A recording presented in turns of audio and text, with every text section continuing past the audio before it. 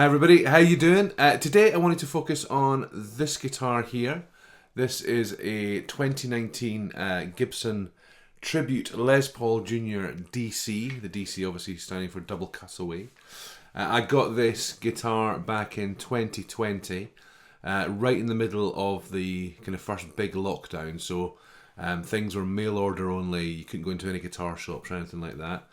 I got it from Guitar. They have branches across the UK, and it was part of a kind of clearance deal or a special deal where they were knocking them out for, I think, about £499, if I remember rightly. It was around that price. So I jumped on it. I was teaching guitar online as my full-time job at the time.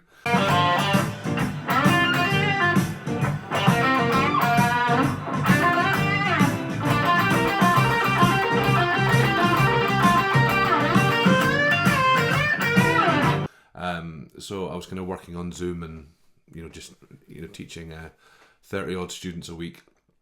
And I saw this, I thought this would be a grand guitar to have. So I ordered it and it arrived, and it had some issues to start with. I think this was a bit of a Friday afternoon guitar. You'll be seeing some close-ups of the guitar just now. When it arrived, the fretboard was extremely dry. And now I've been to Arizona, so I know dry. And this was dry. This was drier than the desert. The frets were sticking out. A lot of fret sprout here and there. The frets were actually even in the sense of they were level. There was no buzzing as such, but it was like playing a 2x4 with barbed wire on it. So I had to go at sorting that myself because nothing was open really, and you had to send things in and leave them for weeks to get sorted out. So I bought a kind of file from Amazon to kind of just kind of file the edges down, etc. And did an okay job. It wasn't brilliant, but I probably over beveled some of the frets, which I've since had sorted. But yeah, so I got it playable at least. And then the bridge posts I noticed were wonky. You'll see a little close up of that, and they kind of went in at an angle. And at the time, it was just so much hassle to return and all the rest of it. I just kind of said, well, I'll see how it goes for a while. And 4 years on, probably is just over 4 years, they haven't moved. It's been great. It's been really stable, so it's been fine. Now, the good news is, regardless of all the issues, this guitar has become basically my favourite electric. It's very simple. It's a bit rough and ready, but, like me, I'm rough and ready as well, so it kind of suits me. There are dings on it. It's still got wonky bridge posts. The frets and everything have been all sorted out, thanks to Cal at Wall to Wall Music, which is a local shop. He got all that. He basically corrected all my bodge ups and my mistakes, which was really helpful. So it's now playing great, and the strings don't fall off the fretboard anymore because of beveling. It sounds amazing. You'll hear some sound sample, or you heard one in the intro, but you'll hear some proper ones in a minute. Single P90, can't fault it at all.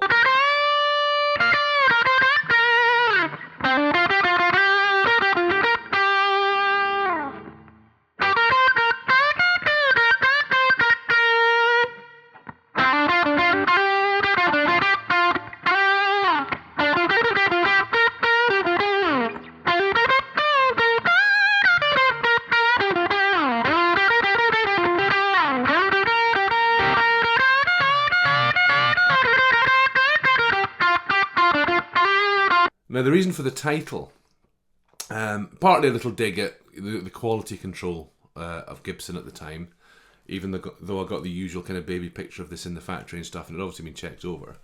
It had been sat in a warehouse for however long it had, dried out and had the issues with the frets. It's also a little dig at Gibson for not carrying this series on.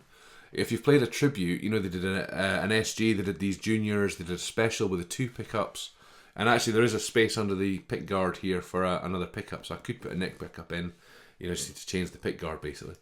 There's the Les Pauls. My brother's got one of the Les Pauls. And they're fantastic guitars. And I think Gibson's made a huge mistake not continuing the tribute series, because they are good working guitars. They're not toys. They're not less than. They could fill the slot that the The studio has now left as it's gone up in price. This used to be where the studio would sit, kind of price wise, and now that's gone up. They could reintroduce these days, I know with inflation, these were say about £500 when they were knocking them out on sale, but they could put these out again for £750, £800. That'd be perfectly reasonable. It's a nitro finish. It's a kind of satin nitro finish. It's not your thick glossy one. But look at that neck. Just look at that neck. The quality on that. Just the quality of wood, and it feels lovely. It doesn't get sticky. It's one of the best necks I've ever played. Frets aside, once they were sorted, it's fantastic. It's got a long neck tenon as well underneath. So, Gibson, you need to bring these back because you would sell a ton of them. And they're for broke working musicians like me who play in pubs and bars and that kind of thing, and we can't afford, or it's probably not sensible to take a $3,000 Les Paul out or a $2,000 Junior or whatever.